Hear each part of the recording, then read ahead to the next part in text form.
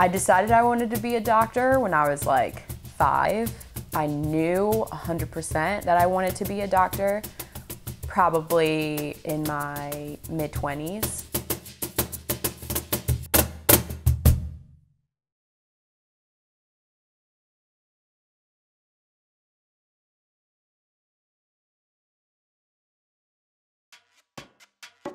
I never saw one growing up. My mom hasn't seen one, so I was always the translator for her at her appointments. I was a translator for myself at my own appointments. And now that's still the case for a lot of patients that I see because there aren't many Latino doctors. And that's not the one identity that I have, but it's certainly one of the strongest that I have. And so I really want to just be that familiar face for this population that I come from that has molded me into the person that I am. The medical field, a lot of people go into it and they say, you know, my parents were doctors, or they have the resources to do well in school and to do well in the MCAT and all these things. And I think for me, I was raised by a single mom, first generation college student. Like, I really figured out higher education on my own. I looked up on AMCAS the number of Latinos that apply to medical school, and in that table they show you all minorities that apply. They also show you what the national averages are for the MCAT scores.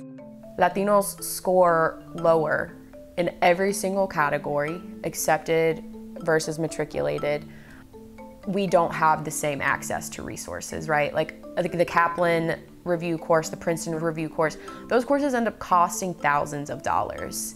2 hours at night, twice a week, and then there's one full day of review. For people who are working full time, for people who have to help provide for their families, like, you literally have to turn applying to medical school into a full-time job. And how do you do that? People of color really do struggle. Like in your science courses, I never had any people of color that taught any of my science courses at the graduate level or at the undergraduate level. If you know that Latinos score lower on the MCAT, like, what are we doing to give them access to the resources they need to perform better, so that if you have cutoffs that they need to meet to be even considered, then they can? You know, it's not enough to just push them to apply. It's like, push them to apply so that they can be successful. Set them up for success. Specifically, I can think of 2 cases where it was light bulb moment. I was like, I have to be here. I was working in the emergency department. It was a night shift. A woman had come in with chest pain, and it's like 2 in the morning, and we go in and see her, and I'm a certified interpreter, so I was like ready to translate. And I walk in, she's there, her husband's there, and then there's a little boy on the floor. There's a blanket spread out on the floor, and he's asleep. But the doctor starts talking to the patient, and he immediately starts, you know, responding. It reminded me of me growing up. But then after that, I was like, but it's not fair. You know, it's 2 in the morning. This is too much pressure. Like, it's something that it gives us that, like, drive, that responsibility at a young age. I also just want to take that burden from children that don't need it. And then also, there was a time when I was working and people had made a big fuss about a case that was coming in. There was a patient who had suffered a head injury, and a physician's assistant had gone out to the patient first before the doctor and I got to go.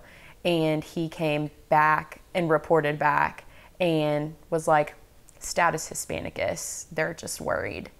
And I'd never heard status Hispanicus, and it felt like someone had just punched me in the gut. Like, no one around me responded to it. He said status Hispanicus, everybody kept going, and I felt a little frozen, and I was just like, did no one hear that? If there had been anyone of any other race who had come in, like if that family had been white and they were in the same situation, what would you call that? Status what? Status white? Like, they see someone based on their color and think like they're just worried these symptoms aren't real. Like, that affects treatment plans. That affects the quality of care that people get. So that too was definitely something that I was like, I have got to be here.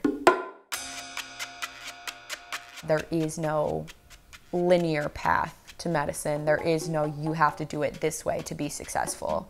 You really have to have faith in your own journey, and you have to just recognize that whatever steps you need to take to get there, take them.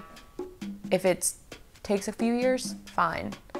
But just recognize that your journey matters and your journey is right for you.